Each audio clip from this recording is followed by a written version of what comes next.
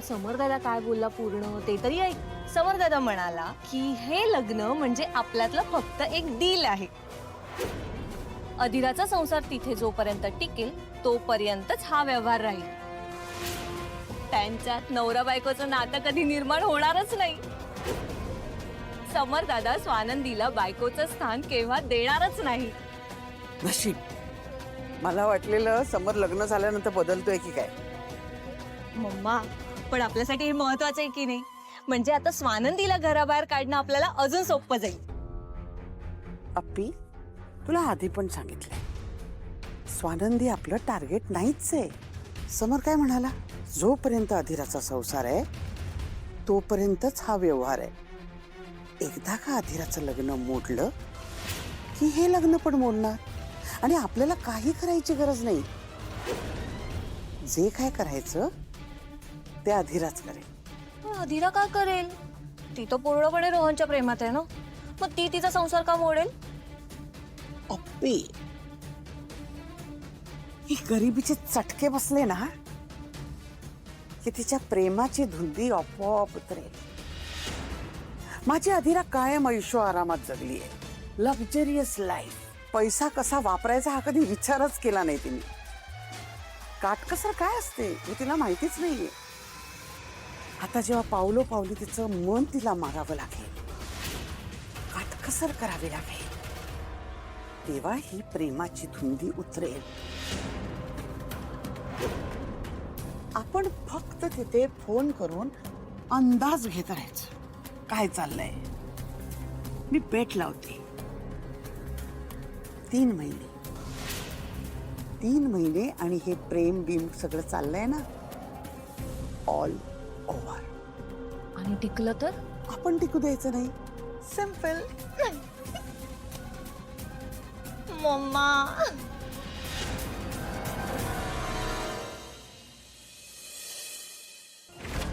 आजी येऊ का?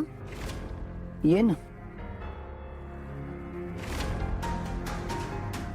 तुमच्याशी थोडं बोलायचं होतं. म्हणजे खरं तर तुम्हाला विचारायचं होतं. विचार. मी हॅपीनेस ट्रॅव्हलमध्ये जॉब करत होते ना. तुम्ही आला होतात बघा तुमच्या मैत्रिणीबरोबर. तर तेव्हा ना मी एका नवीन जॉबसाठी अप्लाय केलं होतं. तर त्यांच्याकडनं इंटरव्ह्यूसाठी फोन आलाय मला. मी जाऊ का? म्हणजे नोकरी केली तर चालेल ना? तुला जे योग्य वाटते ते कर. नाही तसं नाही, म्हणजे हरकत नाही ना तुमची काही? माझ्या हरकतीचा प्रश्नच नाहीये, पण त्याची गरजच नाहीये. गरज? मला वाटतं खरं तर प्रत्येक मुलीलाच ती गरज वाटली पाहिजे. नोकरी करावी, पैसे कमवावे, स्वतःच्या पायावर उभं राहावं. आय मीन मी कधी कुणावर अवलंबून नव्हते. फिनॅन्शियली तर अजिबातच नाही. आणि याच्या पुढेही तसंच असावं असं मला वाटतंय. चालेल का? ठीक आहे, समरशी बोल. तू नवरा आहे तुझा, तो त्याचं मत विचारायला पाहिजे ना. हां.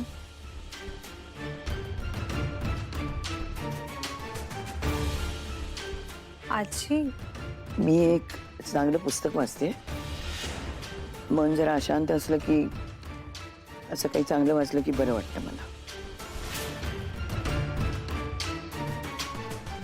आजी का बरं असं अचानक तुटक वागायला लागलायत?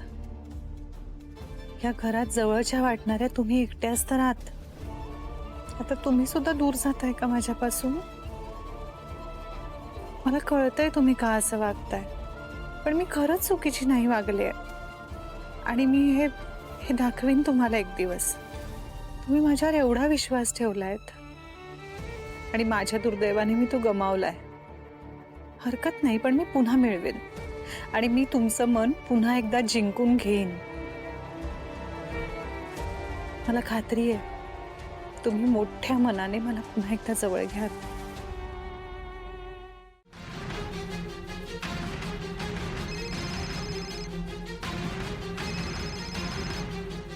काय ग तुझं काय आता? बोल.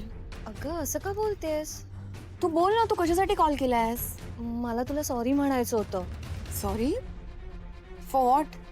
हो म्हणजे अधिरा लग्नात खूप मी चिडचिड केली तुझ्यावर आणि तू आता गोंधळाला आली होतीस ना, तेव्हा मला जाणवलं की खरंच खूप खुश आहेस. Oh I am really really sorry. Adhira, मी अगदी मनापासून म्हणते सॉरी. ओके, तू जर हे मनापासून म्हणत असशील तर इट्स ओके. हे बघ, मला आहे ना तू खुश असली पाहिजेस, एवढंच. तू आहेस ना खुश?